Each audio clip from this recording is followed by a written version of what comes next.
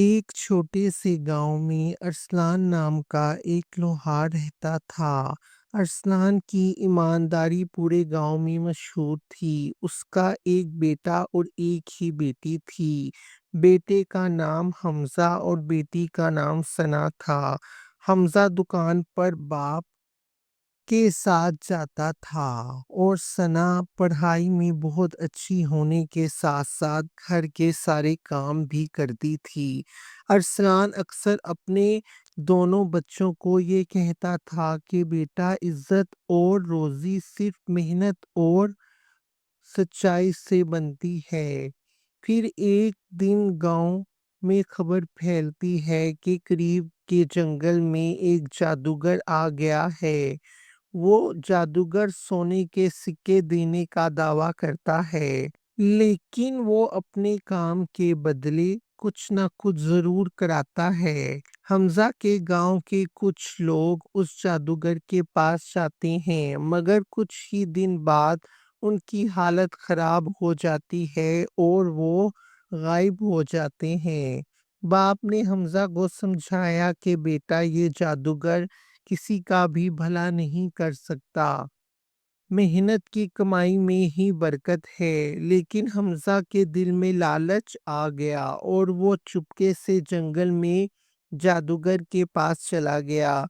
جادوگر نے جب حمزہ کو دیکھا تو بولا کہ میں تمہیں ایک دن میں اتنی دولت دے سکتا ہوں جتنی تمہارے باپ نے ساری زندگی میں نہیں کمائی ہوگی۔ تمہیں بس میرا ایک چھوٹا سا کام کرنا ہوگا، اور کام یہ ہے کہ تمہیں مجھ کو اپنے باپ کی کام کرنے والی لوہے کی ہتھوڑی لا کر دینی ہوگی۔ میں اس میں جادو بھر دوں گا، پھر وہ ہتھوڑی جس چیز سے بھی لگے گی اس کو سونا کر دے گی۔ مگر جادوگر نے یہ نہیں بتایا تھا کہ یہ سونا کی 1 سال بعد مٹی میں بدل جائے گا۔ حمزہ نے بنا سوچے سمجھے بغیر ہتھوڑے میں جادو بھروا لیا۔ پھر اگلے دن جیسے ہی حمزہ نے ہتھوڑا چلایا تو جو لوہا اس ہتھوڑے سے ٹکرا رہا تھا وہ سونے میں بدلتا جا رہا تھا۔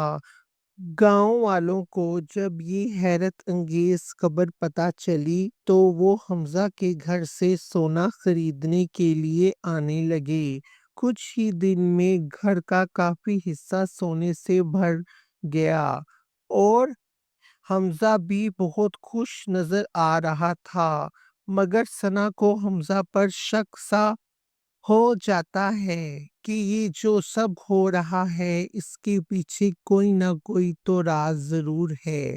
پھر ایک دن ثنا حمزہ سے سچ اگلوا ہی لیتی ہے۔ ثنا روتے ہوئے اپنے بھائی سے کہتی ہے کہ بھائی جان، یہ دولت عارضی ہے۔ جب سب مٹی ہو جائے گا تو گاؤں والے ہمیں چور کہیں گے۔ یہ سنتے ہی حمزہ کو اپنی غلطی کا احساس ہوتا ہے اور وہ فوری سے جادوگر کے پاس جاتا ہے اور اسے کہتا ہے کہ تم اپنا جادو مجھ سے واپس لے لو۔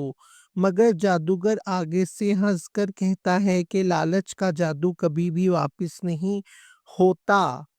حمزہ مایوس ہو کر گھر واپس آ جاتا ہے اور سارا قصہ اپنے ابو جان کو بتاتا ہے۔ ابو جان نے حمزہ کو اپنے گلے سے لگا لیا اور کہا کہ بیٹا، سچائی کا دامن پکڑے رہو۔ دولت چلی بھی جائے تو ہم پھر سے محنت کر کے کمائیں گے۔ پھر انہوں نے جادو والا ہتھوڑا ہی توڑ ڈالا۔ پھر 1 سال بعد جب وہ سونا مٹی بن گیا تو گاؤں والے حیران ہو جاتے ہیں، مگر ارسلان اور اس کے بچوں نے دوبارہ سے محنت کر کے کچھ ہی سال میں دوبارہ سے عزت اور خوشحالی حاصل کر لی۔